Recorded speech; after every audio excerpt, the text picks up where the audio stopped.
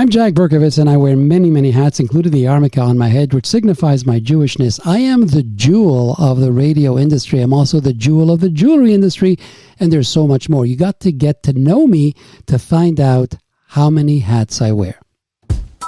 What up, Mike? Toronto. VK on the beat. Check. I'm in Toronto, where you wanna get a city love. I'm from Toronto, where you wanna get a city love. I'm in Toronto, like we wanna get a city love. My city love me back for my city love. Welcome to episode 1753 of Toronto Mic'd, proudly brought to you by Great Lakes Brewery, a fiercely independent craft brewery who believes in supporting communities, good times, and brewing amazing beer. Order online for free local home delivery in the GTA.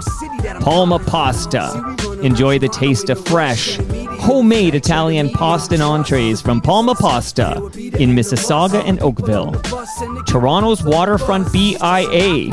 Check out what's happening on Toronto's waterfront this summer.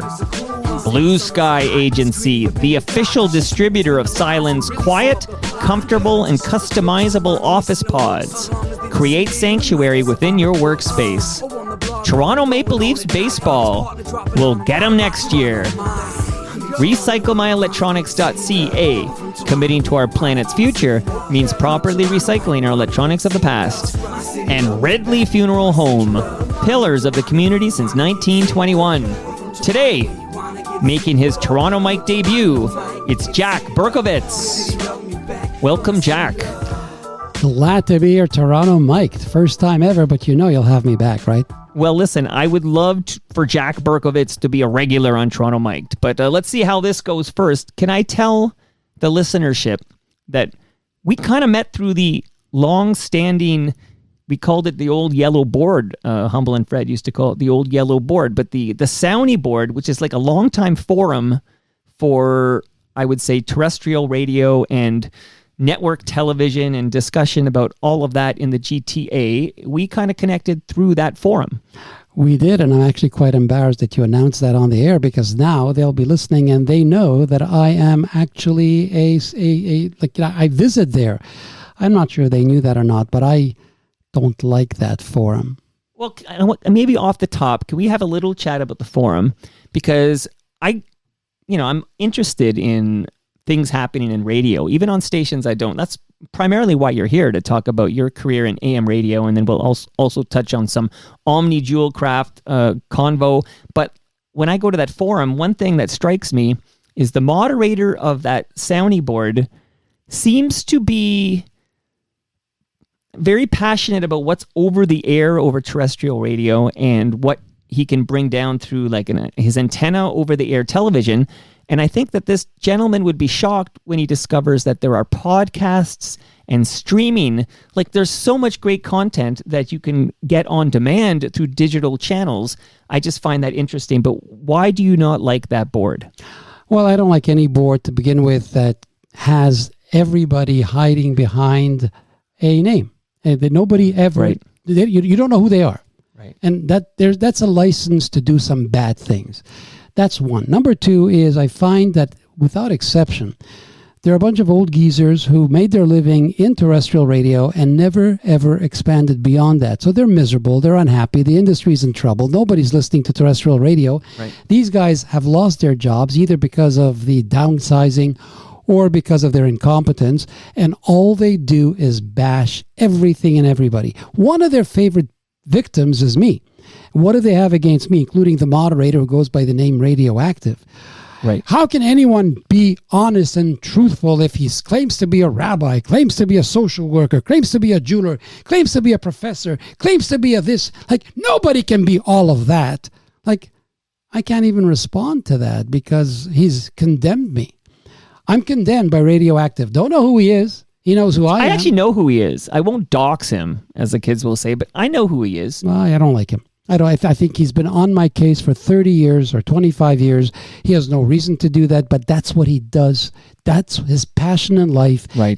One of his biggest beefs with me is the fact that I don't belong. I don't belong to his industry. I'm a jeweler. I'm a businessman. I'm a professor. I'm a rabbi. I have no standing in his industry. How dare I want to be a talk show host? Right. Yeah, you didn't earn it, right? Like you got to put in the reps. You got to go to, I don't know, to North Bay or something and be on the radio and then finally get promoted to a bigger market. And then you're in the big smoke. And now you can, do an overnight shift or something and then cut your teeth there. And then maybe and you put in enough work in the radio industry, you can be, I don't know, a producer of a morning show and then get your own show maybe midday or something, right? You didn't put in those reps. I don't qualify. Whatever it is, I didn't put in the reps. I didn't go to Humber. I didn't take any courses. I simply was born with a gift of gab, and people like to talk to me and listen to me. That's not good enough for him. I didn't earn the job. Okay, listen, Jack, I can't wait to get into it with you, because although I kind of was attracted to the conversation about you being fired as a talk show host at 1010, 640, and 960, and we're going to do that, but maybe give us a sense of who you are. Like, how did you end up on the radio? We all know, and we're going to talk in detail later more about this, but Omni Jewelcrafter, like what made you become a jeweler? Were you always a jeweler? A word, by the way, I struggle to even say. Can you say that word, jeweler? Jeweler. Okay, I'm doing too many syllables. You're working too hard. And I can't say brewery either. Well, then you shouldn't be doing this job. I'm sure they've said that on the sounding board, but then again, I don't have a radio background like you. Yeah, right. So that question is so wide. I can start a long time ago before I became a radio man, and my life is. I actually should write the book, and I'm actually thinking and organizing it right now. There will be a book, and maybe 5 people will be interested enough to buy it. I was born to Holocaust survivors. My parents survived the Holocaust. I think the word Holocaust survivors is overused and too much of a. The words, they didn't survive. They lived, but they never actually lived. So my father, both my parents were in Auschwitz. My father had a wife and 2 baby girls and a beautiful business, and he was a wealthy man until the Nazis decided to deprive him of that. And so he survived, and he married my mother after the war, but that was not much of a survival. So I grew up in a very dark house. I have no bad memories. Right. I feel like I was the happiest kid growing up, but my house was a house where they never mentioned the war. They never mentioned the Holocaust. I don't have any knowledge or history of what my parents suffered. They were affected people, and I grew up, and I was determined to, number one, grow up happy and survive and make their survival worthwhile by being a success at everything and everything. I was their pride and joy. I set out to become a very successful person. I don't value money at all. I value achieving success. Why? So that my parents, whether they were alive at the time or in heaven today, would look down and say, we're glad we survived. I'm that person that makes them feel it was good to survive. So that was how I set out my life. I was a good student. I did well. I went to Montreal Sir George Williams University. I was probably the youngest lecturer in accounting ever in the history of that school. I achieved the status of associate or assistant professor. I don't remember. I was there for many, many years. Well, 7 or 8, 9 years. Wow. And an opportunity presented itself when one of my best friends had to leave the country and had a small little jewelry manufacturing company and asked me to run it while I tried to sell it for him. And I wound up buying it. I turned that little company into arguably the largest jewelry company in the world. And we were publicly listed on the NASDAQ. We went through a tremendously important and profitable period where we had thousands of employees all over the world, and we sold to the who's who of the retail sector, be it People's, Mappin, Zales, Nordstrom's, Eaton's, The Bay, Zellers, Kmart, Woolco, Walmart. Wow. We sold to all of them. Wait, what was the name of this company? It's a company called DG Jewelry. Originally, it was Dynasty Gem, but Consumers Distributing, which was a catalog showroom in the good old days. Of course. They had the trademark Dynasty, and they sued us, and we had to change it from Dynasty Gem to DG Jewelry. And but prior to this experience, Jack, you're an accountant? Like, you're a practicing accountant? Yes. So ask me why I went into accounting. Yeah. Why did you go into accounting? Oh, I'm so glad you asked that question. So I was, I'm Orthodox Jewish, and my wife of 52 years is Orthodox Jewish, and we were dating. And it's, as Orthodox Jewish kids, we're not allowed to engage in premarital sex or have any of the good stuff. So the only profession I could go into was accounting because it's the only profession that allowed me to work while I go to school and achieve my CA degree.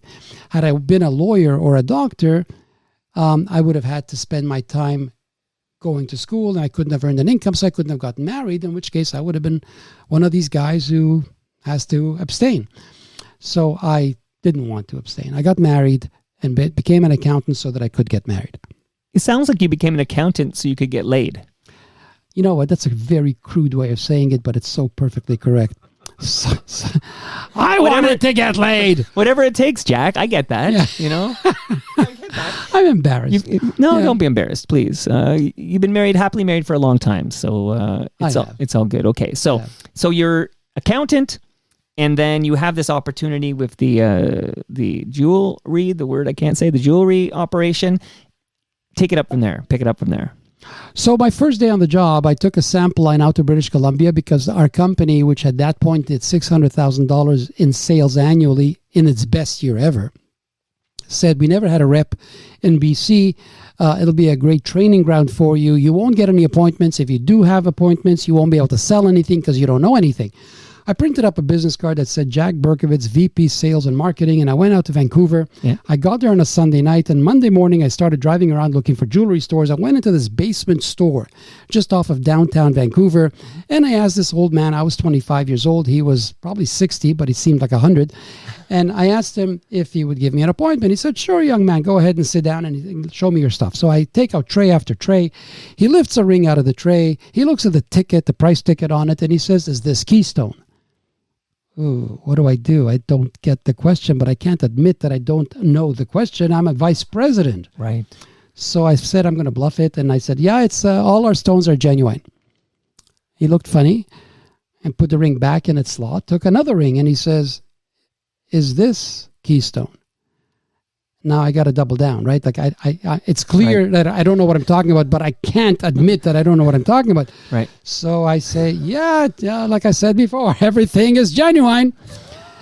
He takes out a third ring. This third ring doesn't have any stones in it. And he says, is this Keystone? I said, I'm busted. He says, oh boy, are you busted. Is this your first day on the job? I said, yeah, it is. It really is. Sit down. Let me teach you a couple of things. The next hour was the most educational hour I've ever experienced. The white stone is either a diamond or a cubic zirconia.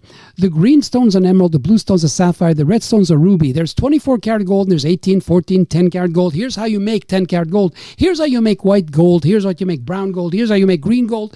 He taught me the industry. And I called my boss on Monday night, and he says, Jack, did you get any appointments? And I said, yeah, actually I did. Oh, wow, amazing. You didn't get any sales, did you? I said, well, actually I did. What do you mean? I got 5 orders. I wrote 5 orders. What do you mean? What does it sound like I mean? I wrote 5 orders. How much money did you write? I wrote $50,000. Wow. He says, Jack, I'm asking, this is before fax machines, before emails, before digital. This is like the old days. Right. He says, Jack, stop BSing me. Did you do any business? I said, I did. And he hung up on me. That was Monday night. I called up on Tuesday night and I said, I had another great day. He says, oh, you're going to tell me you did another $50,000? I said, yeah, actually I did. He hung up the phone. I didn't call on Wednesday night. I took the overnight on Thursday, the milk run from Vancouver back to Montreal where I lived. Right. I went to his house. I gave him $250,000 in orders. Wow. And I was in love. Not with my wife, but with the jewelry industry. And I said, there's good news and bad news here. And he says, what do you mean? You know the job offer that I accepted to come on board here while I was selling your business? He says, yeah. Well, you were paying me $18,000 a year. He says, yeah. I no longer want to work on a salary. I want a commission. So he says, what do you mean? I said, well, you did $600,000 in business. Give me 3% of sales. Now, I already had 3 little children at that point, and he says, Jack, you're going to starve to death. I said, I'll take my kids with me. Don't worry about it. I want to work on commission. He argued, he fought, but he couldn't say no because I was threatening to leave. I then went back on Sunday to Calgary, Edmonton, Winnipeg, came back on Friday with another $250,000 in business. So in my first 2 weeks on the job, I did $500,000, which was almost the total of his entire volume for the year before. Right. And I became a very very wealthy man from that. Okay. Now, what is the origin story behind what most people associate you with, Omni Jewelcrafters? So in the year 2000 or 2001, an investor bought into my public company, and he did so through a process called a Reg D 504. I won't bore you with the details of the Securities and Exchange Commission, but it allowed him to profit from my company's shares if he shorted my stock into oblivion. So he did that, and it was illegal in the United States, but it was legal in Canada, so he did it through Canada. Being the fighter that I am, I decided to fight him in court, and I alienated my bank, which was at the time the Bank of Nova Scotia. And they said, Jack, you owe us a lot of money. You need us. We don't like this fight. Do what you have to do to get out of the fight, or you will lose our support financially. To which I said, I'm not getting out of the fight. What they did is illegal. They shorted my stock. I should be worth billions of dollars personally, and I'm not because of them.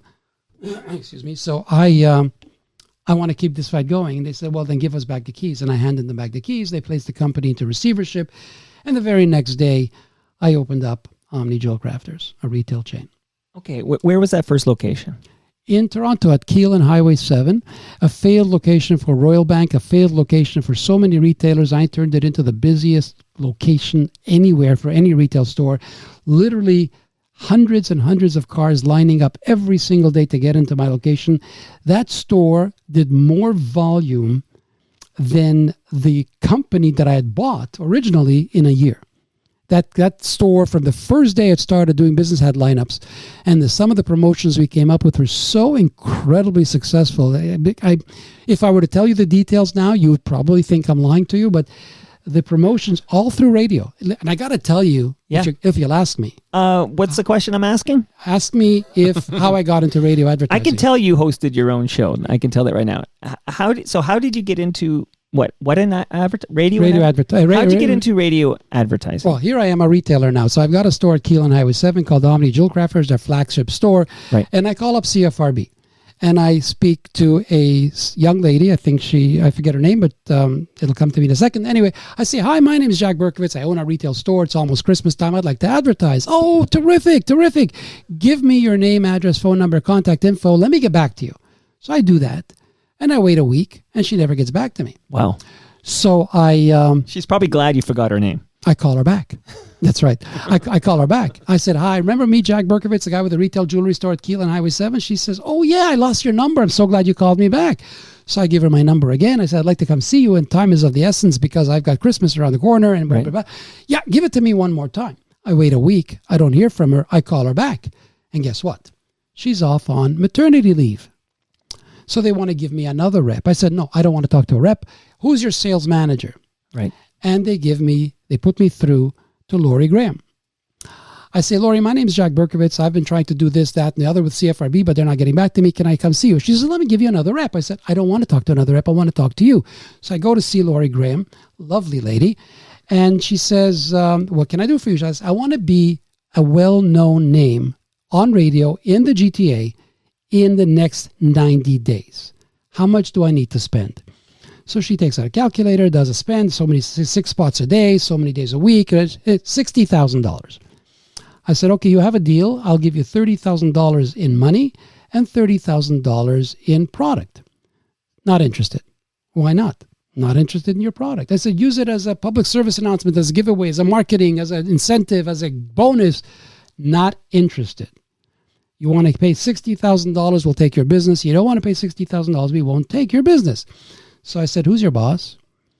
And she gives me the name of her boss, who is, it'll come to me in a second. Yeah. I said, would you call your boss? And she says, I don't need to call my boss. My boss is upstairs on the 12th floor. I said, I'll walk up if you don't have any elevators. And she says, you're being funny. I said, I'm trying to be funny and you're trying to be difficult. Just give me the name of your boss. And Bill Hertz. So she says, I know Bill. Yeah. So I became a good friend after that. In any case, I say, tell Bill I want to see him. She says, he deals only with national accounts, Jack. I said, well, then he'll deal with me a year from now. We should get to know each other today. No, Jack, I'm not going to call Bill Hertz. I said, please call Bill Hertz. She picks up the phone and something to the effect, she's saying something to him in the phone that says, I got this madman here. And he comes down and he says, Jack, sorry, we don't do barter. We don't do contra. You want to buy in, you buy in. You don't want to buy in, you don't buy in. So I say, Bill, I'm going to leave. I'm going to walk out. And I'm going to go to 640 and 590 and 680. And you'll be the guy that says a year from now, it could have been us. Right. All for $30,000.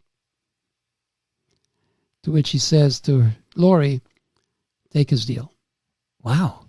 So my first deal was $60,000, of which $30,000 was payable in money and $30,000 was payable in product. And a year later, I was by far the biggest local advertiser anywhere in Canada.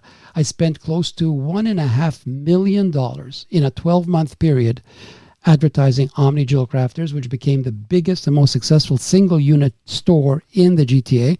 I brought in my sons later, called the Home Improvement People, and they went on to great success through that. That's my entree into radio advertising. A year later, yeah, I hired Bill Carroll to endorse me. I hired at the 590 the cat, Bobcat. Yeah, Bob McCowan. Bob McCown. And the two of them endorsed me, and I would be in the building at CFRB on 2 St. Clair when Bill was doing his show. And I liked what he was doing. I thought he was amazing at being a talk show host. Sure. So I said to his boss, Steve Couch, right? Steve, I could do that. He says, well, who cares? You're not going to do that. I said, Steve, I could do that. And he says, well, you're not going to get a chance. We don't have advertisers doing talk show. I said, then I'll stop advertising. So he says, Jack, it's not happening. And I kept badgering him. And he said, it's a conflict of interest. I can't allow you to do that. I said, well, here's what. Take me out for lunch and let's debate. We'll do 2 hours. If you feel I'm not qualified, then by all means, I'll give it up.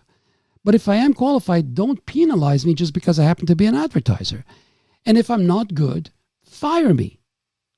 You know, it'll be an obvious choice for you to make. He agreed, and then he chickened out. He said, no, I can't do it. So I went to Pat Holliday, and I convinced Pat Holliday, together with, you might know, Pat Cugliari, who was the creative director at CFRB. And the two of them spent enough time with me to come to the conclusion that if I'm going to fail, it won't be by much. So let's give him a shot. And so I spent many years at CFRB. Then I moved on. They fired me. But we got to slow down here, Jack. I'm going to walk through these details with you, and I'm glad I've got your show now on 1010. And of course, I have questions, because if you've ever heard Toronto Mike, I have questions. But because we are getting to know you, we now know about the birth of Omni Jewelcrafters. We know about your introduction to 1010. By the way, you still have any relationship with Bill Carroll or Bob McCowan? Not with Bob McCowan. With Bill Carroll, we trade greetings, birthday wishes, every year, but we don't really. He moved to Ottawa. We moved to California, then he moved to Ottawa. And even though he called me his jeweler for life, he now endorses another jeweler in Ottawa, so I'm pissed. Ooh. Yeah, that would piss me off too. I'm pissed, yeah. What does life mean to you, Mr. Carroll? Okay, so I'm actually going to read your official bio, just so I can make sure everything is true, because I'm not going to be a radioactive here and say you're lying, because I trust you. You look like a trustworthy guy. But I'm going to walk through this. This will take only a moment. Jack Berkovits is our driving force. This is like on the Omni Jewelcrafters website. A rabbi, teacher, educator, jeweler, radio and television personality, and retailer. So I'm going to pause to just ask you this big question. People want to know, are you really a rabbi? I'm ordained, meaning I went through the courses. I passed the exams. I was ordained by a panel of rabbis. That's all it takes. But I never practiced. You want to hear why I never practiced? Why didn't you practice, Jack? You know what? You got all the questions. You're amazing. I'm reading the cue cards over here. I really intended to devote my life to wayward teenagers. I wanted to bring kids who were on drugs, going in the wrong direction, back to the fold, to Judaism. And so I accepted a job at the age of 18, part-time job as a youth director at a synagogue. And I had incredible joy and success in that job. Then they started a school. I became originally a teacher in the school, a Hebrew teacher, like a rabbi. Okay. And then they hired my at the time girlfriend / fiance, and she was a teacher there. And then they expanded the school. It became supremely successful in Dollard-des-Ormeaux, which is a suburb of Montreal. Okay. And they asked me to come on full time. So we were engaged, and we found a house right around the synagogue. And they offered me, the numbers may be off, but forgive me for that. I don't recall the numbers, but I think they offered me $19,500 a year to be full time. And we did a calculation that if we would have the baby that we so desperately wanted to have, we could not finish the month financially. So I went back to the board of directors and I said, I accept the position, but I got to get $20,000. And they said, well, it's not in the grid and we don't have it and it's hard for us and you have to take the job at $19,500. So I said, no, you don't get it. If I can't make $20,000, I can't survive. I'm not looking for extra money. I'm looking for milk money. Right. And so they had a special board of directors meeting and they turned me down. You can't have, it's either $19,500 or nothing, to which I said, have a great life. And I went on to finish my CA degree and then became an accountant and successful at accounting. So I'm not a rabbi because of $500. Okay, well, I do produce a show for my friend Ralph Benmergui, and the name of the show is actually Not That Kind of Rabbi, because Ralph explains rabbi just means teacher. This is Ralph talking to me. And he says he is a rabbi, but he's not that kind of rabbi. But you are that kind of rabbi. You just never practice. I am like him. In other words, we have the ordination, we have the education, we have the knowledge. We just chose to take a different career path. It's like the fellow who thinks he wants to be a priest. He qualifies for the priesthood and the collar and says, you know what, I'd rather be a jeweler.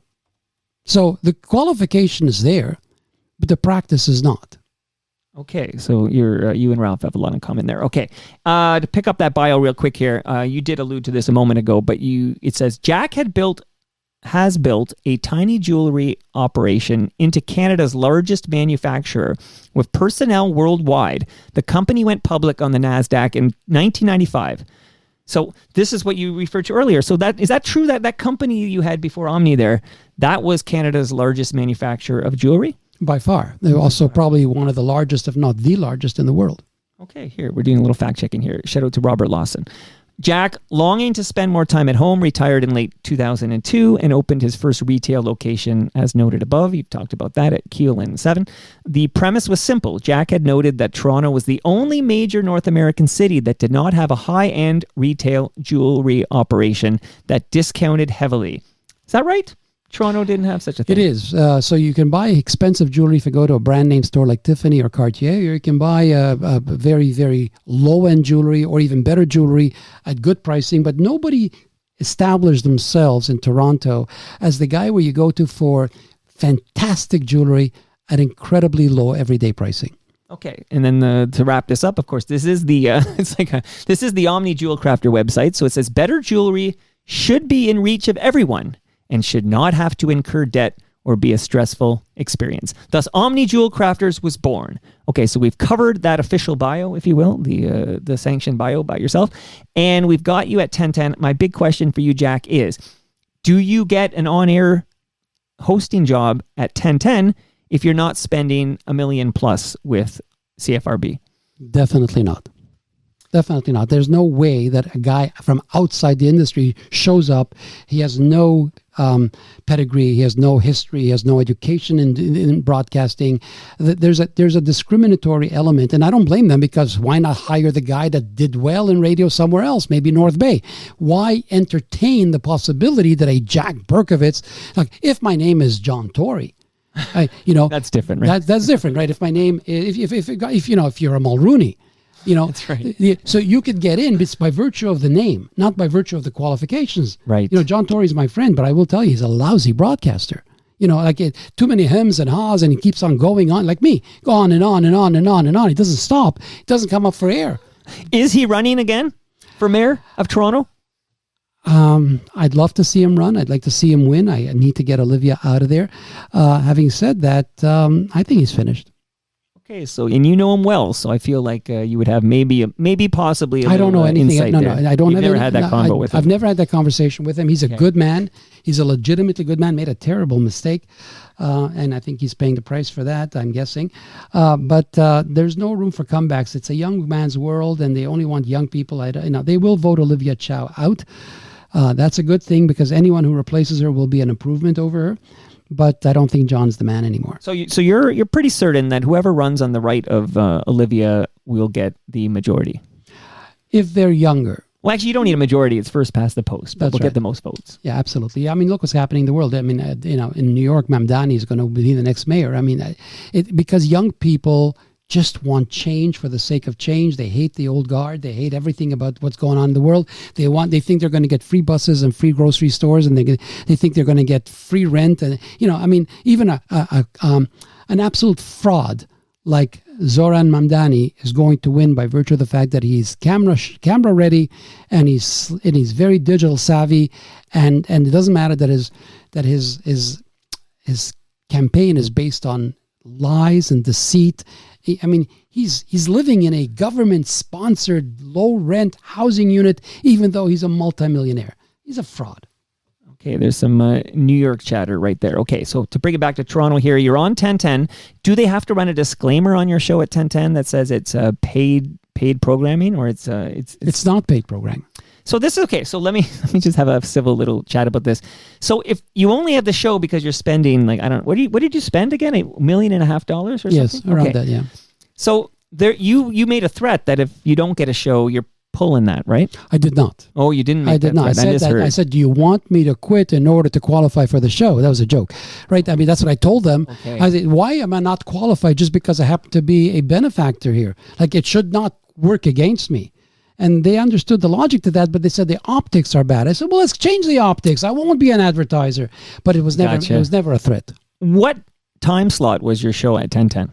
So my original slot was Sunday nights at, I think, 11 p.m. I think that the listening audience at that point is maybe 3 people, including members of my It's family. probably radioactive. Who else? Yeah, exactly. So that turned into be an incredible success. Now, when I say that turned out to be an incredible success, I think it went from literally 3 people to 15,000 people. But when they had us, they purged the entire weekend. The only survivor was me.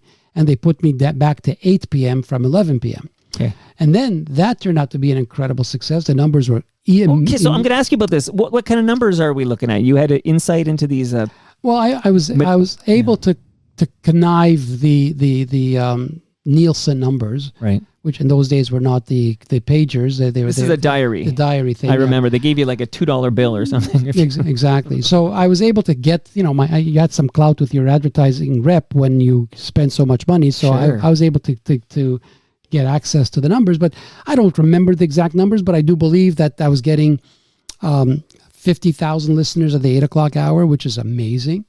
Those numbers are insane. But, so what era are we in again? This is the 2000s? This is the 2000s, yes. Okay. So again, I've never worked in radio, but to hear that number on a Sunday to me sounds extremely high. It was crazy. It was insane. And I could be off on the numbers. I don't want to give... That's not I would be shocked if that was the universe of terrestrial radio listenership the entire day of Sunday, let alone people tuned in to Jack on 1010. That's incredible. Yeah, so I'm telling you what I thought the numbers were. If I'm off, I'm off. It's very possible that I am off. But even if there were 15,000 listeners, that was amazing. So that continued, and then they was trying to find me a better slot because I got tired of working on Sundays. I wanted something more bigger and better. Sure. So I kept lobbying them for more, and then they went to this thing where they had Thursday nights, not Thursday nights, but every night of the week between, I think, 10 and midnight or 9 and 11, they'd have a different guest. So Joe Warmington had Tuesday nights, and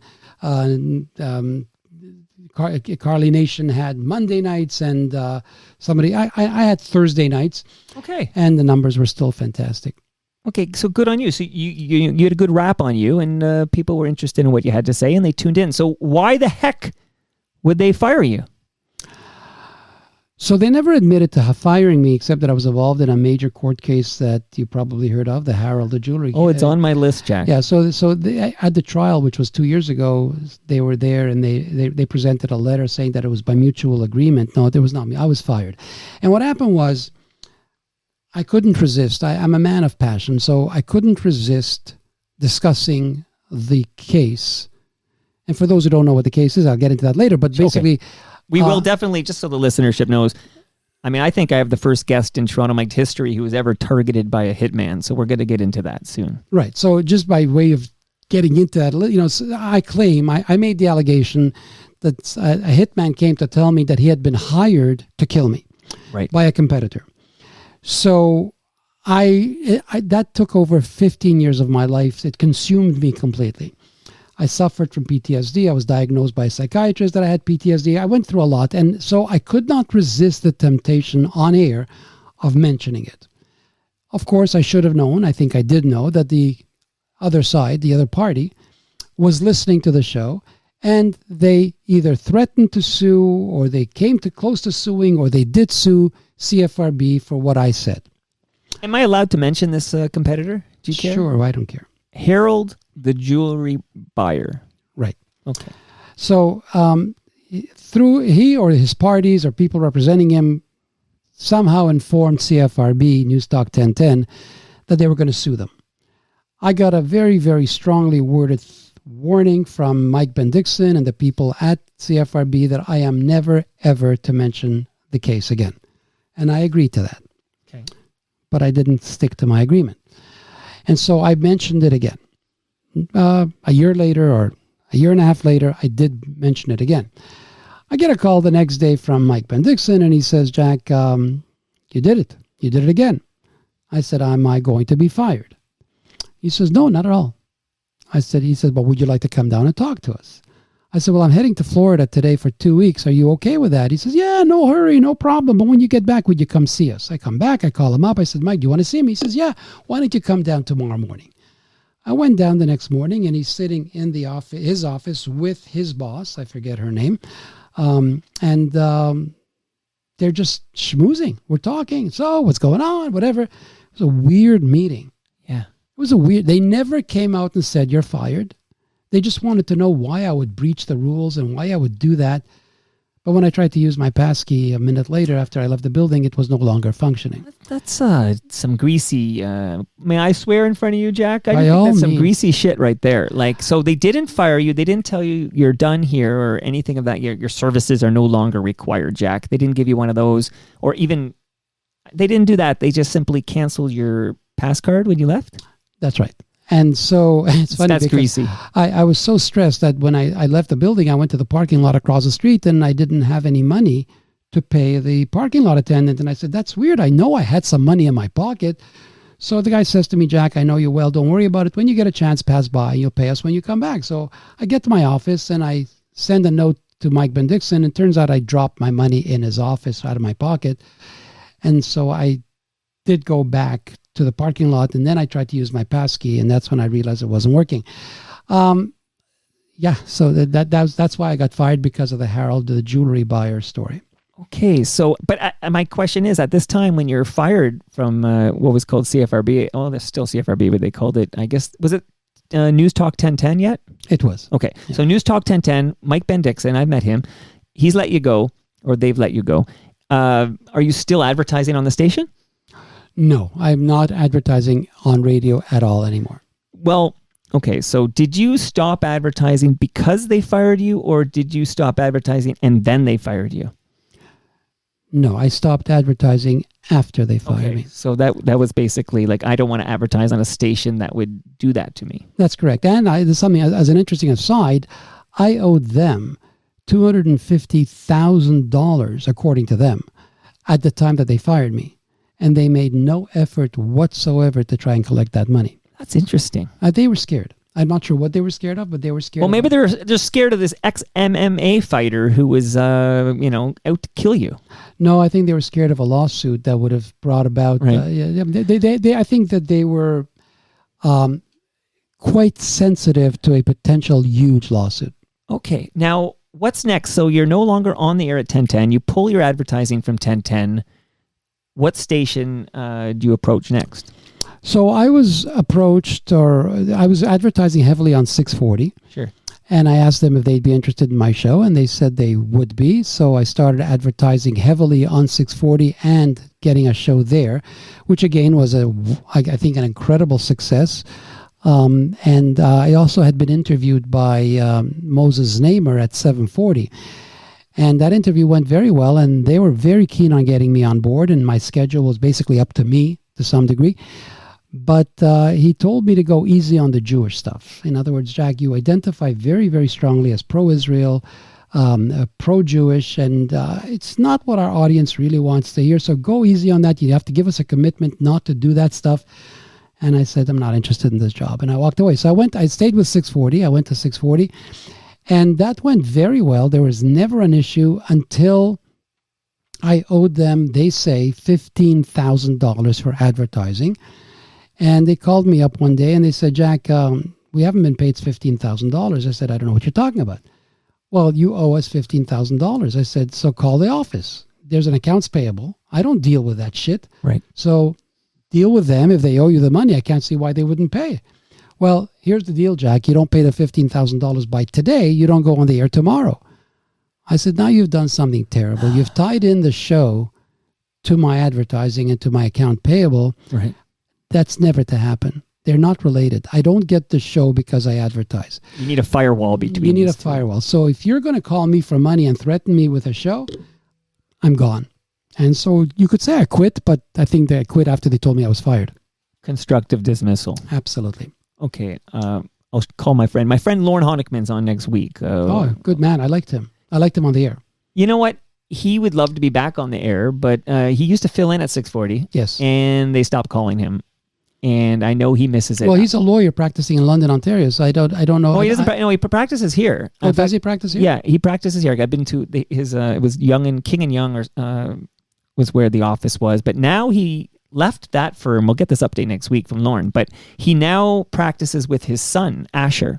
So Asher Honickman and Lorne Honickman now work together. But if it's not Toronto, it's like Thornhill. Well, I thought he was a great broadcaster. I think the people that sub at 640, like Peter Sherman and Lorne Honickman, are better than any of the regulars.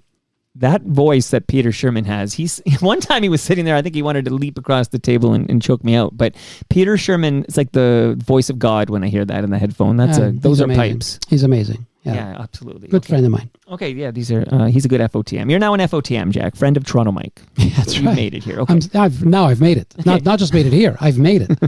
That should be like, forget rabbi. You can put it before rabbi. FOTM, rabbi, and then teacher, etc. So this $15,000 that they claim you owed that ended up causing the breakup with you in 640. Is that like, what percentage of the whole is that? I'm just trying to understand. Like, what kind of, I know you said you spent big money on 1010, but what kind of money were you spending at 640? Probably $250,000. That's a small percentage. It is. They were stupid. They were just stupid. That'd be like one of my clients owes me $50 or something. You know that I run my entire life. One of my great mysteries in life is how large corporations are so stupid, and yet they're large corporations. Are they so big that they can be stupid? I just don't. I think the answer is yes. Yeah, I guess so. I mean, you run into such stupid people, and yet they work for these very successful multinational organizations, and you say, how did they get here? Now, Chorus had a bit of a cash flow problem. They still do, of course. There's a lot of issues going on at Chorus. You know what else? We're not supposed to talk about him, but Mike Ben Dixon, how the hell does he keep rising?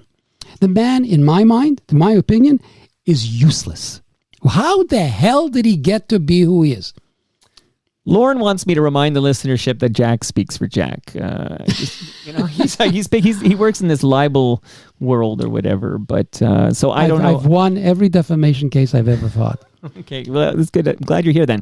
My experience with Mike Ben Dixon is he took umbrage with a episode I recorded with a newswoman who came on my show to talk about the racism she experienced in the 1010 newsroom, and I don't think Mike Ben Dixon thought that was a particularly fair episode, but Amber Giro speaks for Amber Giro, and I'm really just here to record and let her share her story. Excellent. I've never worked in the 1010 newsroom. I want to make sure everybody knows that. Okay, Jack? Yeah. No, my complaint with Mike is not that he is in the newsroom. My complaint with Mike is that he doesn't seem to be anywhere. I don't know what effect he has. And every he's with 640 now. How long is that going to last? Yeah, he's with 640. So you're right. He does keep. He's back in program director at 640, right? Yeah. How long is that going to last? And the job before that was with. He went into business with two other great names in the radio industry, and this is his job for life. This is amazing. Look at that! I got my own business. I'm going to be a consultant to radio. And then he bails out to go work for Chorus. Seriously? Jack, now we're getting interesting because now you've kind of been let go by 1010. Now you're no longer at 640. So are there any more AM stations left to be a talk show host on in this market? Not after 960.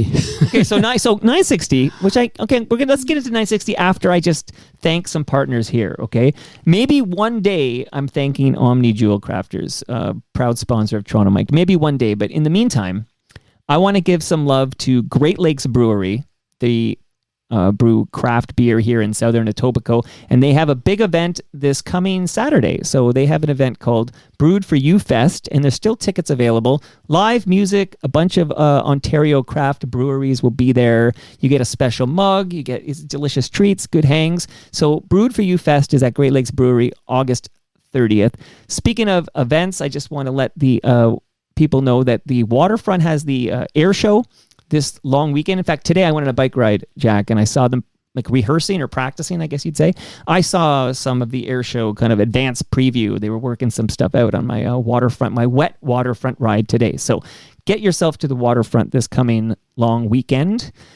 If you have, Jack, old electronics, old devices, old cables, go to recyclemyelectronics.ca and put in your postal code and find out where you can drop that off to be properly recycled so those chemicals do not end up in our landfill. So that address again is recyclemyelectronics.ca. Blue Sky Agency is the newest partner of Toronto Mike. It's great to have Doug Mills and the gang from Blue Sky Agency on board. They forged partnerships with established office furniture brands like Silent and Green Furniture Concept and Rouliard. And Doug is eager to chat with any and all Toronto Mike listeners who are looking for dynamic and creative work environments. It's Doug at blueskyagency.ca. Jack, Ridley Funeral Home sent over a measuring tape for you. Oh, thank you. I'd like to gift that to you. By the way, fresh craft beer from Great Lakes. I know I already mentioned them, but they want you to take that home with you. Amazing. And this is bittersweet to say that the Toronto Maple Leafs baseball season came to an end last night in Barrie. We lost the best of 5 opening round series in 5 games.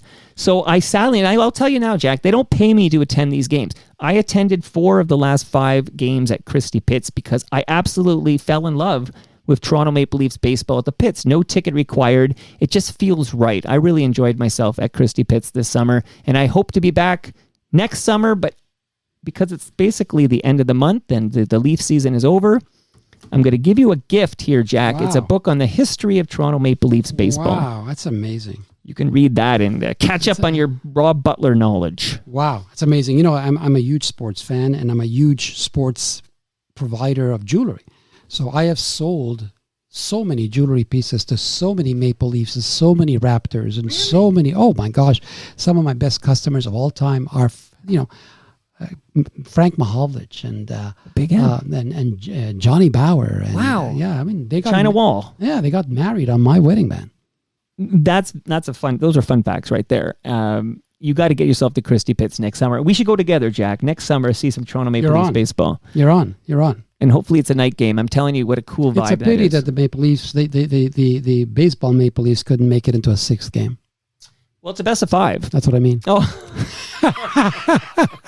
I was about to say, it's not a best, yes, okay, it's 6 games. It's not a best of 7, Jack. Come on here. So sorry. You know what? As it comes to Toronto Leaf teams, we're used to early exits in the playoffs, so I should be used to this. And next year, we'll get them next year, as they say. I'm actually going to hang out with the owner of the Toronto Maple Leafs baseball team on Sunday. I'm going to hang out with him and find out, I don't know, is Joey Votto available for 2026? What's Joey Votto doing? I feel like he would be a draw at Christie Pitts in 2026, and I'm going to chat with Keith Stein about this on Sunday. I've got Keith's ear.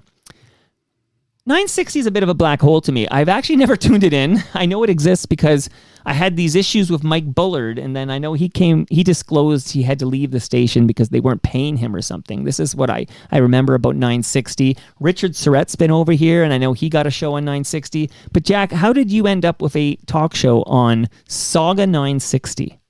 Well, October 7th happened in 2023, and I'm an incredibly huge Israeli fan. I'm born in Israel. I'm very, very strongly identifying as a Jew. And I felt that the story of the Jewish people and the victimization and the butchery had to be told. So I contacted them, even though I'd never heard the station. I knew nothing about the station. I called them up and I said, you guys need me. What do you mean we need you? I said, you guys need me. You don't have anything on the air. I could turn it around for you. So they interviewed me and they said, we need you. So I went on at first for 1 day a week, then 5 days a week, then 5 days a week, 9 to 11 a.m. Wow. There was some conversation of taking on Richard Surrett's position when he resigned and take over the Drive Home show. My numbers were amazing. I'm not privy to tell you the numbers. And I was going to say, you got any more detail? I can't tell you those numbers because I'm sworn to secrecy, and I never saw anything written that confirms those numbers. But they were telling me. But they're not even measured by the numerous people, are they? No, they're not. I don't know. Because Mike Richards came on and he talked about how they were going to, but it never did materialize. Never happened. So they go to stats. There's something out of Montreal that's called Radio Stats. And I think they get the raw data that has to be then interpreted somehow, and they do some numerics, and they come up with a number, which I don't think can be verified. I actually doubt the numbers that they gave me because I advertised heavily on 960, and I never saw the return from that advertising. Well, me, as I'm just a guy who monitors it, my sniff test is we have about 100 times more listeners of this episode than I think Sauga 960's ever had. I no longer doubt that. I would have doubted that a couple of months ago. Today, I totally agree with you. But you did have, that's a cool shift. But my question, I have a few obvious questions. But one is, were you advertising on 960 before you got it? Or was this bundled up? Or did you start advertising after they gave you the talk show? What's the order of things there, Jack? I got the talk show first. Okay. And then I started advertising the same day. So, in other words, as part of the compensation, right, they allow you a massive package of advertising.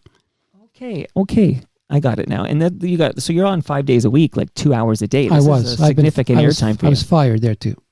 Well, let me read something that you posted here, if you don't mind, Jack. So I did a little homework here, and this is a post you put. I think this was Facebook, but you'll tell me as I proceed here. But you wrote this. The boss at 9:60 a.m. Bad news, Jack. Your show has been canceled. Me, that's you, Jack, just to be confusing. I don't understand. The boss at 960. Sorry about that, but we've decided to go centrist, no longer conservative. You, Jack, in shock. So who else is being fired that's conservative? The boss at 960. No one else. Jack. I see. The boss at 960. Thanks for being so professional. And then these are, I guess, our open questions you're asking the universe, which I will then ask you. Anti-Semitism, advertiser pressure, interest group pressure, business decision. And then you talked about how you had good listenership on the Jack Berkovits show. Why? What happened at 960 that they fired you? I have no idea. So I was there for almost 2 years, short of 2 years, and every conversation was very pleasant, very positive. There was never any criticism of anything that I did. At one point, a few months prior to being terminated in the middle of June, they contacted me and said, Jack, you're the only show host we have that can talk about social relationships, marriage, raising children. You're an ordained rabbi. You have a jewelry background. You can talk about infidelity. You could talk about sex. You could talk about children. You can talk about marriage. You can talk about trauma, PTSD. You can talk about all of it. Right. Try to lessen the amount of time you talk on Israel and the Palestinian problem. And I said, yes, I did tell you when I came on board that I would do all of that. But right now, I have a hard time veering away from anything other than the fact that Israel's bombing Iran, or that there's a so-called genocide in Gaza. I mean, this is the world's biggest issue. Go to any newscast anywhere in the world, that is the topic of conversation. Or Donald Trump, the elections, Kamala Harris. Why would I talk about something that is very much a fluff piece when I'm about the most important topics in the world? When those topics quieten down, when there's peace in the Middle East, which will happen very shortly, I'll be happy to talk about the other things. Right now, I'm not talking about why men should be faithful to their wives. It's just not important right now. And they said, okay, but you promise that you'll do that? I say, I promise I'll do that. 30 days later, I get a phone call from Praveen, who runs the station out of Vancouver or out of Vernon, BC. Hasn't been here in I don't know how many years. Interesting. And he says, Jack, bad news. Your show has been canceled. What? What are you talking about? Yeah, we decided we don't want to be a right-wing station anymore. We want to go centrist. So we're changing the shows. Richard Surrett just left. But had he not left, we were going to fire him. And we have another talk show host who's on the left, and we're going to fire him. And we're looking for people that have centrist positions on everything. I said, this is a joke.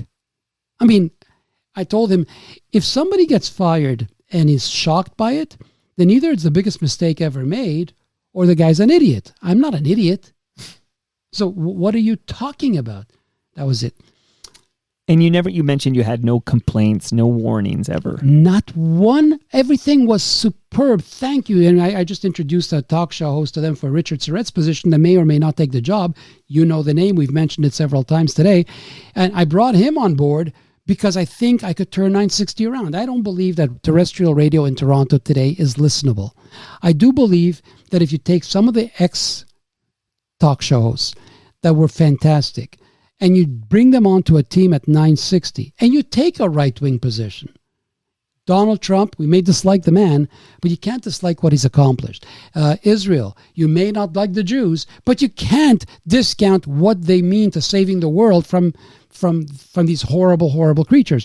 So that's where the audience is headed. That's where the people want to hear that. I don't care if the United States may be different.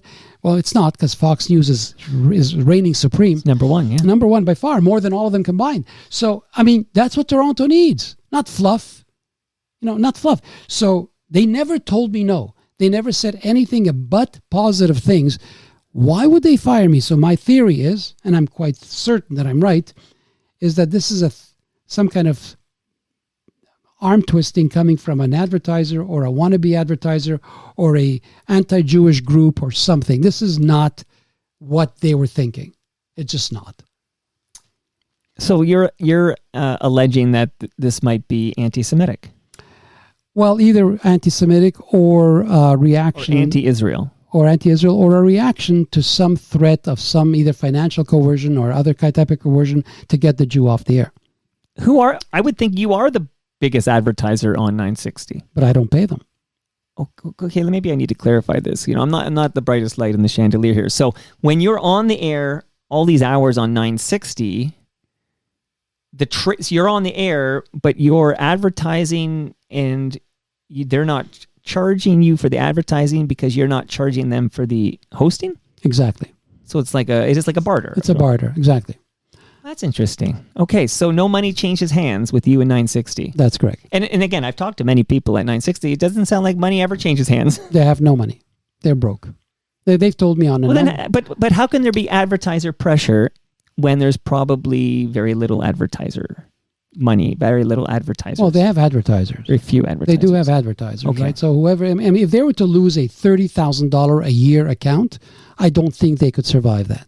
So if there is an advertiser there spending $30,000 who has a leaning towards the Palestinian side in this conflict, all that advertiser has to do is threaten to pull his advertising of $30,000, and I believe they're done. What an interesting I know so little about it. You said this gentleman who owns 960 lives in British Columbia. Is that what you said? No, he's the manager. Oh, he's the manager. Yeah, he's the manager. His name is Praveen. The owners are the original founder, which is Elliot Kerr, and he's partnering with a family called Panu. They're an Indian family, a Hindu family. They have other media assets. So they together run it, but the Panu family runs it, and the Panu family runs it through a daughter, and she has hired a manager called Praveen, who runs the actual day-to-day affairs. Out of BC. Out of BC. It feels like I don't know much about radio, never worked in it, but it would be more lucrative if this station just became a station that caters to a South Asian audience. Well, they do have requirements under the CRTC, under their licensing, where they are a minority type of station that has to cater and have so many hours of specific like ethnic programming content, which somehow becomes a music station, and it's weird to me, weird music that they have interspersed between talk shows, which I think is very disruptive. Right. But I think they are bound. They have a very, very, very their wattage, their signal is very weak. Number one, and their signal is extremely weak. And number two, they have requirements under their licensing agreement. So CRTC, right? Now there's a station out of the region, York region. And although I know the office used to be in Scarborough, but maybe it's in York region now. But the region 105.9 has a similar requirement, and they have to have a certain number of hours of ethnic programming. I think they maybe upped that because it was more lucrative, I think. But just thinking out loud on these GTA stations that get less press than the big ones that we've already been talking about.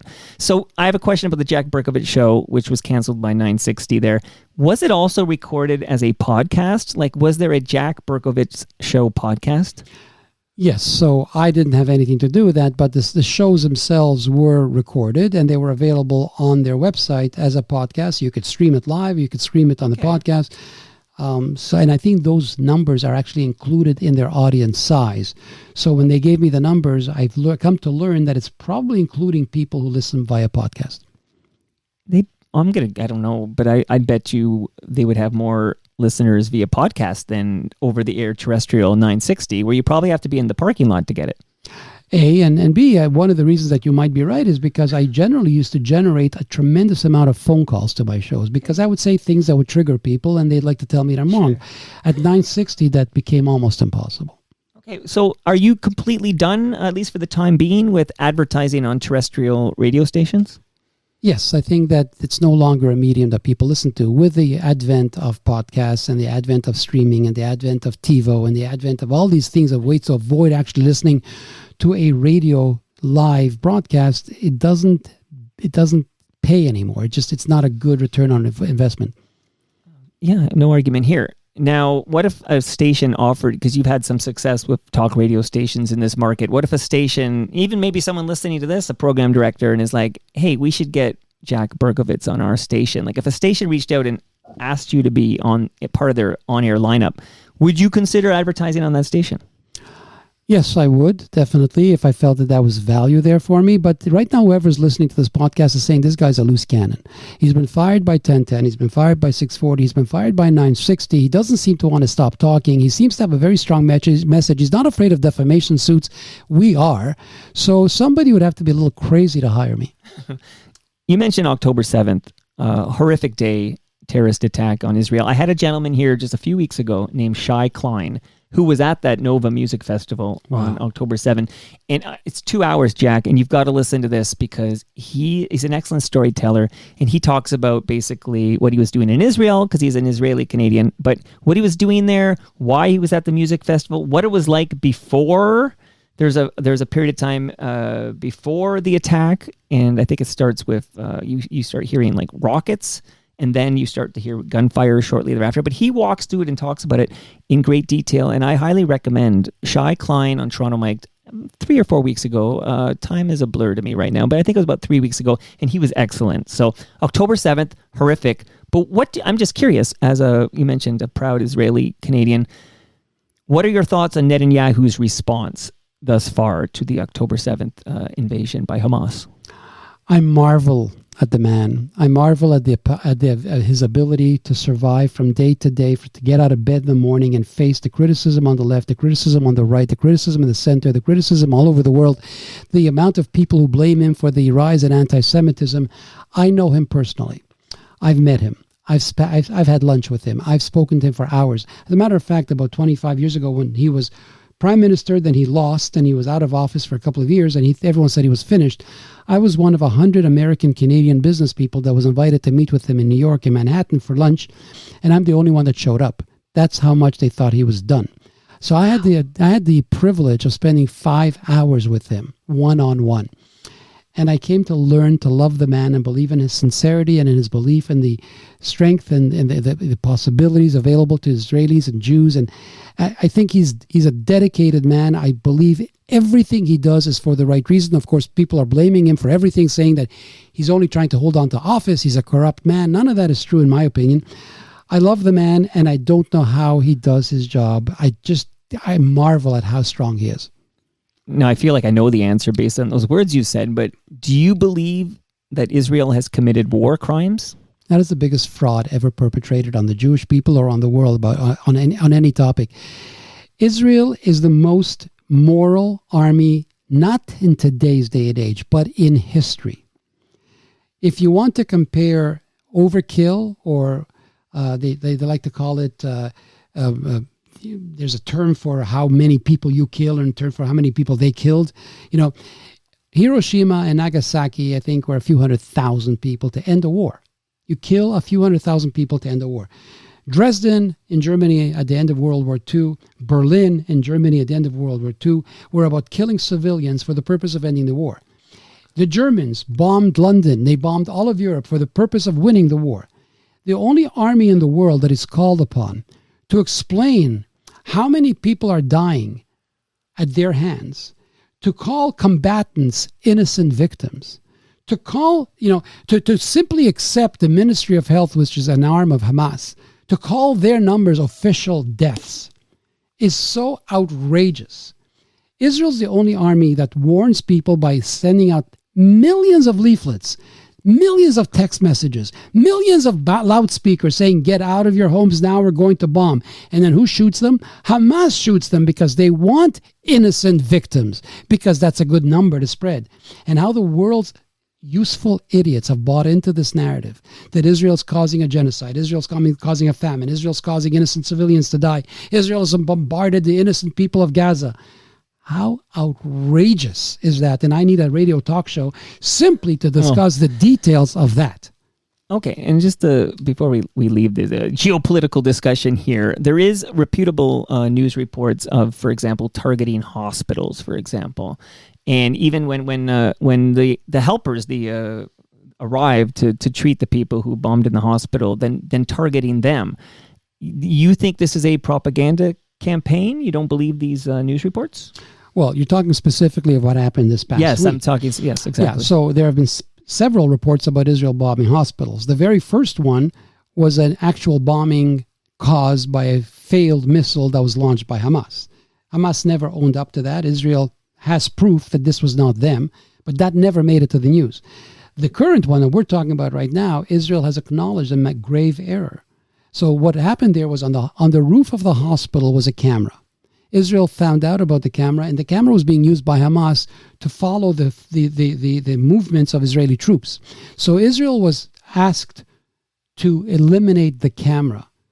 Some grave mistake happened and they used a bomb they shouldn't have used, and they don't know who gave the order. They're investigating that. That soldier, that commander, will be totally required to pay the price of that mistake.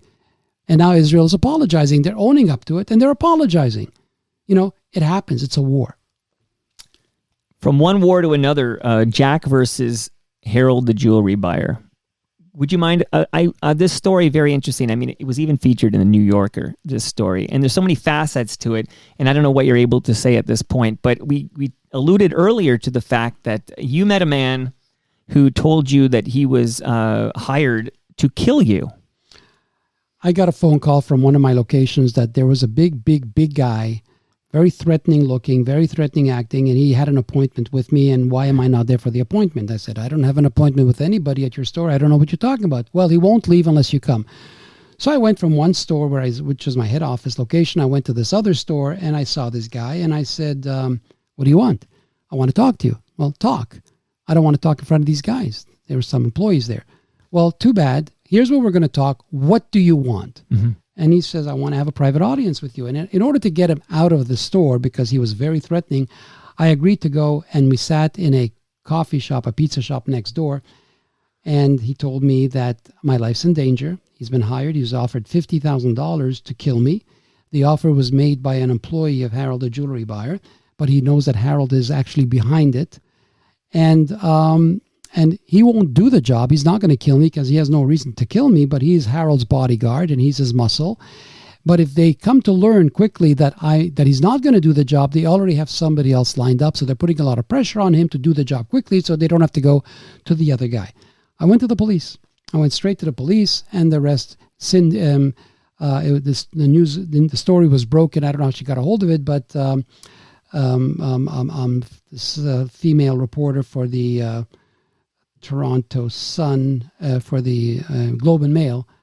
You'll remember her name. Anyway, she broke the story. She got a scoop from the police, and then the whole world caved in. So the police charged this woman with 5 counts of conspiracy to commit murder and other stuff. They eventually dropped the charges. Nobody ever explained to anybody why the charges were dropped. But the day that they dropped the charges, or the very next day, she sued the police and me for malicious prosecution. She eventually settled with the police, and I refused to settle. And it went to court. The court case happened about 2.5 years ago. There were 7 cases. I believe I won 6 of them. I got a lot of money for it. The 7th case, where I alleged that not only did she try to have me killed, but that the architect of the plot was Harold himself, I did not win that case. I didn't lose it either, but I could not prove beyond a reasonable doubt that Harold was the architect of the plan. And subsequently, Harold's store was firebombed. During this process, yes, it was. And I mean, allegedly there was this reverse mortgage scamming business that might have been exposed in this process. I don't know that it was a reverse mortgage, but it was. He got tired of the jewelry business, and his business, I think, was slowing down dramatically because the word was out that if you sell your gold to Harold the jewelry bar, you're not maximizing your returns. I'm guessing about that, but in any case, he started lending money for people who were desperate. And he got himself into a lot of trouble. He's been disbarred. I don't know if that's the right term, but the mortgage industry has kicked him out. He can't practice mortgages. Then he went through his wife, and she was practicing mortgages. She was never licensed, so she's been disbarred. So he's out of the mortgage business. He's out of the jewelry business. I think he's out of every business. And I think the world is a safer place for it. Wow. Did you ever see the Adam Sandler movie, Uncut Gems? I started watching it. I think I fell asleep. Okay. It's all right. Well, I was going to... No review then. There are no Siskel and Ebert style review from you on Uncut Gems. Fascinating. By any chance in any of this saga, does the cash man Russell Oliver have a role? What are your thoughts on him? I know him very well. I used to supply jewelry to him when he was in Yorkville, before he went to Yorkville, when he was on Eglinton Avenue. He has a role to play here because he and Harold were partners when Harold came into the industry, and they did stuff together. In fact, Russell Oliver provided an affidavit pertaining to this case. He was actually quite helpful. He and Harold split up under very, very acrimonious circumstances, so they're not friends of each other. Well, this is forget Uncut Gems. There's a movie here. I'm telling you, you're living quite the life here. I'm telling you. I wish I had not had that. That movie was not something I should not. Without that one. I could have been a star in other movies. I would have preferred that. Have you been? Because you mentioned, I think you used the term PTSD, unless I'm misremembering the term you used. But have you been talking to anybody about this trauma that you experienced? I went for a short period of time to a psychiatrist, and I was diagnosed with PTSD. I think I will never get cured from PTSD. But I'm not one to participate in lengthy conversations about my situation, so I didn't feel a psychiatrist would be of any great help for me. You just have to avoid anybody who looks like they might have fought in UFC, any MMA fighters. Yeah, this guy had one fight. I actually looked it up. He had one fight. He was defeated in 15 seconds. He had a ponytail, and that didn't work well for him. You know what? Yeah, that's probably a good idea to lose the ponytail if you're going to fight MMA style here. Yeah. Jack, on our way out here, and of course, if there's anything I didn't bring up that you wanted to talk about, this is the time. But the big question in my head as you talk, and you have a good rap on you, I can understand why you would host talk shows on our AM stations. They're worse off for not having you. But is there a podcast in your future? Because, I told this to Humble and Fred back in 2011. I said, because the guys couldn't get hired to save their lives, and they wanted to broadcast together. And I said, guys, you don't need a terrestrial radio signal to broadcast in 2010. I said these words to the guys. By the way, a name you mentioned earlier who was involved in helping them make some money off their podcast in the early days, Bill Hertz. So that's how I know Bill, because Bill was helping to sell for Humble and Fred in the early days of the Humble and Fred podcast. But you, Jack Berkovits, is there a podcast in your future? Great question. So when I posted that Facebook posting where I say I'd been fired, many people reached out to me saying, Jack, you got to get on the air. We love what you're doing for Israel. You got to get on the air. We'll help you. We are podcast specialists, and I've toyed with it. And then I met you, and you and I are going to talk about it. Okay, well, you know what? We're going to talk about it. Love it. And Jack, I really did love this convo. I've had, I do lurk on that sounding board that you don't like, because I'm curious, like what these what this group of people is interested in when it comes to radio. They seem very interested in two stations, as far as I can tell. They're very interested in everything going on at 1010, and when John Moore forgets a word or something. And they're very interested in 640, what's going on with Ben Mulrooney or Or they Greg want to know Brady. why John Moore did not tell everybody where he goes on Right. vacation. But I know you visit the U.S. regularly, but I'm going to say this. Lauren wants me to say allegedly. John doesn't want to emphasize the fact he's going to the United States for vacation at this time. Like, why is Radioactive so upset about that? Why is he upset about the fact that I'm a rabbi? Why is he so upset about the fact that I have more than one hat? Why is he so upset about the fact that I'm in the industry? Why is he so upset about he doesn't like my commercials? We're talking about a man who spends most of his time listening to terrestrial AM radio. So I think that answers your questions. You're right. Yeah, I feel so sorry for him. I really do. I feel so sad. I think I don't know if I posted this or if I thought it. Like, no longer can remember. But he went off on something like, why can't I hear any live programming at, 6 a.m. on a Sunday? What's going on? And I was thinking, when this man discovers podcast, it's going to change his life. By the way, when you predicted that to Humble and Fred in 2010 or 2011, you were so ahead of your time. This podcast you're on right now, Jack, started shortly thereafter because I watched Humble and Fred for a couple of weeks. I know you were a guest. And I said, hey, I think I can do this. And Toronto Mike was born. Toronto Mike is now celebrating 13 years in your episode 1753. And I loved it. I loved every minute. We're going to take a photo by the tree. And I want to say thank you for But I told my office I won't be back for 6 more hours. Are you cutting me short? Well, it depends. What more do you want to say? I don't I'm not have going to tell you now that you're not going to have me back. I know you. We got to save something for the sequel, Jack. But thanks for doing this, man. I know it's you had to battle some traffic to get here. I did it for the beer. This is incredible. I told my wife you might bring some jewels for us. Did you bring that's any on the jewels? second visit. Great Lakes Lager. I love it. Great Lakes Lager. Toronto Maple Leafs history book. And Palma's Palma Pasta. Palma Pasta. Oh Jack, my would you God. come to I have an event at Palma's Kitchen in early December. I'll invite you, and it would be amazing if you showed up. Amazing. I'll bring my own pasta because I'm kosher. But yes, I'll be happy to be there. Can I ask you a question about that? Because I had on Mike Wilner came over, and he told me, he goes, Mike, I can't combine meat and dairy, but he was able to take a vegetarian lasagna. Is that kosher? Does that like, is a rabbi have to bless this, or you just can't? Oh, that's not for a 30-second conversation. You got to have me back just to talk kosher. Because I know he couldn't combine meat and dairy because he's a proud Jewish man, but I didn't understand whether like a rabbi had to bless the Palma pasta or not. No, there's a whole bunch of things that go into it. Well, we'll talk another time. But Jack, we'll get you back here. Thanks for doing this. Thank you very much. It's been a pleasure. You're really a great interviewer. You should have your own talk show and reduce your audience Maybe size. on 960. Yeah. And that brings us to the end of our 1753rd show. Go to torontomike.com for all your Toronto Mike needs and check out the archives. Somebody you know and love was a guest on Toronto Mike. There's 1,752 other shows to catch up on. Whoa. Much love to all who made this possible. Again, that's Great Lakes Brewery. Go to Brewed For You Fest, will you? Palma Pasta. We love Palma Pasta on this show. Toronto's Waterfront BIA. Spend Labor Day weekend on the waterfront. Toronto Maple Leafs Baseball. We'll get them next year, guys. We'll get them next year. RecycleMyElectronics.ca. Blue Sky Agency, the latest sponsor of Toronto Mike. Welcome, Blue Sky. And Ridley Funeral Home. We just dropped a new episode of Life's Undertaking. See you all tomorrow when my special guest is Sophie B. Hawkins. See you then.